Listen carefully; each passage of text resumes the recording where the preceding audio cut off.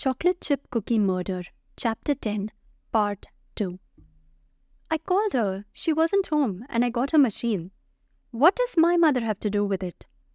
Norman's grin grew wider. I thought she would have told you by now. Your mother was my second appointment. That's just great. Hannah gave a deep sigh. Mother left me a dozen messages saying that she had something important to tell me, but she's always got something important to tell me. Did she talk to you about seeing Ron? Yes, but she didn't actually see him, and she didn't realize it was important until she got home from the mayor's fundraiser. She saw Ron's truck driving away when she parked in front of the office. Hannah decided she would check with her mother at the Regency Romance Club meeting, but it seemed as if Norman had an ironclad alibi. If Dolores had been with him, he couldn't have followed Ron and killed him. That made Hannah wish that there was some way to stop Andrea in mid-snoop. Now, Hannah? Now what? Hannah looked up at him, startled. Are you ready to listen to my question now? Of course I am. What is it, Norman? I was in dental school when my parents moved here, and I only came to visit a couple of times. I really don't know much about Lake Eden. There's not much to know, Hannah grinned. But I'm invited to the Woodleys' party, and my mother says it's the social event of the year. She's never had the chance to go. Mom and Dad always took their vacation the last week in October, and they were out of town. She says that I should go and try to promote new business for the clinic. Your mother's right. All the important people in Lake Eden are invited, and it's a great party. I think you should go, Norman. You need to meet all the local families if you want your practice to be a success. Then I'll go. Tell me about the Woodleys. I've never met them. Hannah sneaked a peek at her watch again, and she was surprised to see that 20 minutes had already passed. Delano Raymond Woodley is one of the richest men in Lake Eden. He owns Delray Manufacturing, and the company employs over 200 local workers. Delano. Norman picked up on the name. Is the Woodley family related to the Roosevelts? No, but they'd like to be. From what I hear, Dell's mother and father were strictly middle class. His mother just wanted to give him a famous name. It must have worked, because Dell married a Boston socialite. Her name is Judith, and her family is in the social register. Judith, not Judy? Hannah laughed. I called her Judy once, and she nearly took my head off. She comes from old money. But one of Mother's friends did some research and found out that Judith's father squandered it all away. All Judith has left is a social standing, and that's more important to her than anything. So he's a rich social climber, and she's a destitute blue blood who married him for his money. You got it. I couldn't have put it any better myself. You're going to the party, aren't you? Hannah thought of her new dress and smiled. Of course I am. I do all right, but I'm still on a jug and wine and jelly glass budget. Hannah thought of her new dress and smiled. Of course I am. I do all right, but I'm still on a jug wine and jelly glass budget. This is my one chance to sip Don Perignon out of a fine crystal glass. Do you have a date? You must be kidding. Hannah was amused. Think about it, Norman. You saw Mother in action on Tuesday night. Would she try to set me up with every guy in town if I already had a date for the biggest party of the year?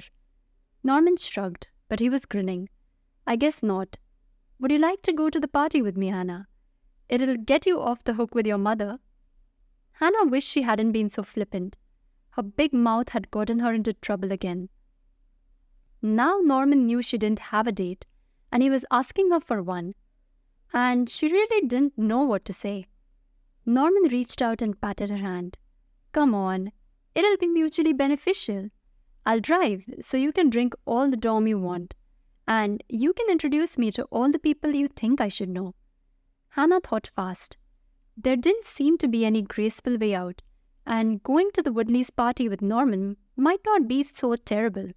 He was funny, he seemed to like her, and it might make her mother back off a little. Okay, it's a deal.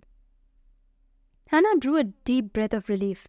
when Norman escorted her back to the waiting room and Andrea was there. Her sister was seated on the new couch, idly flipping the pages of National Geographic. "Hi." Andrea gave them a guileless smile. "Did you have a nice lunch?" "Very nice." Norman smiled, and then he turned to Hannah. "The Woodleys' party starts at 8. Shall I pick you up at 7:30? 7:30 is fine." Hannah saw the startled look that Andrea gave her out of the corner of her eye, and she knew she'd have to do some explaining. "Do you need my address?" "I've got it. It was nice to meet you, Andrea. Perhaps we'll see you at the party?" Andrea put on a smile for Norman's benefit. "You will. Bill and I wouldn't miss it for the world. Goodbye, Norman. It was nice to meet you." They walked out to Hannah's truck in total silence, and Andrea got into the passenger seat. But as soon as Hannah had slid in behind the wheel and closed the door, Andrea reached out to grab her arm. "You were just kidding around, weren't you? I mean, you're not actually going to the party with him." "Yes, I am," Hannah confirmed it. "But you can't." Hannah started the engine, glanced behind her to make sure that no cars were coming, and pulled out into the street. "Why not?" "Because he could be Ron's killer." "He's not." Hannah shifted into second gear. "Norman has an alibi. He was treating another patient when Ron was killed." That seemed to take the wind out of Andrea's sails, and she frowned. "Okay, maybe he's not Ron's killer, but there's no way you should go out with him." "Relax, Andrea. It's not like it's a real date or anything. He's just picking me up, and we're going to the party together. Norman's very nice." "No, he isn't. It's not like you to be wrong about people, but this time you really blew it. While you were having lunch and accepting dates with this person that you think is nice, I hit pay dirt in the storage room. I've got the goods on Norman Rhodes." "What goods?" Hannah took her eyes off the road for a moment to glance at her sister. Andrea looked very proud of herself. "I'll show you the minute we get back to the cookie jar." Hannah's eyebrows shot up, and she had all she could do to navigate the turn on 3rd and Main. "You'll show me? You didn't steal anything from Norman's office, did you, Andrea?" "It wasn't exactly stealing. I know I promised not to take anything, but this was just too good to leave behind." Andrea sat back and gave a smug smile. "I'll tell you this much, Hannah. Mother didn't do you any favors when she introduced you to Norman, and he certainly isn't the man she thought he was." Hannah didn't ask any further questions. It was clear her sister wouldn't tell her any more until they'd arrived at the cookie jar. She turned into the alley, averted her eyes as she drove past the spot where Ron had breathed his final breath, and pulled into her parking spot. When they came in the back door, Andrea was grinning like a Cheshire cat, and Hannah was beginning to feel very uneasy. She hoped that Andrea had found something trivial, like a patient's complaint that he'd been overcharged or a stack of unpaid bills. "Tell Lisa you're back and we need to be alone," Andrea advised as she hung up her coat. "Hurry up, this is important." Hannah wasn't about to argue. She dashed into the shop and told Lisa to please handle the counter for a couple of more minutes and filled 2 mugs with coffee. Andrea didn't need the caffeine since she was jazzed enough as it was, but Hannah figured she might need a boost before all this was over. She raced through the swinging door to the back room, set the coffee mugs down on the work island, and slid onto a stool close to her sister's. "All right, Andrea, this has gone on long enough. Out with it." Andrea was obviously enjoying this moment.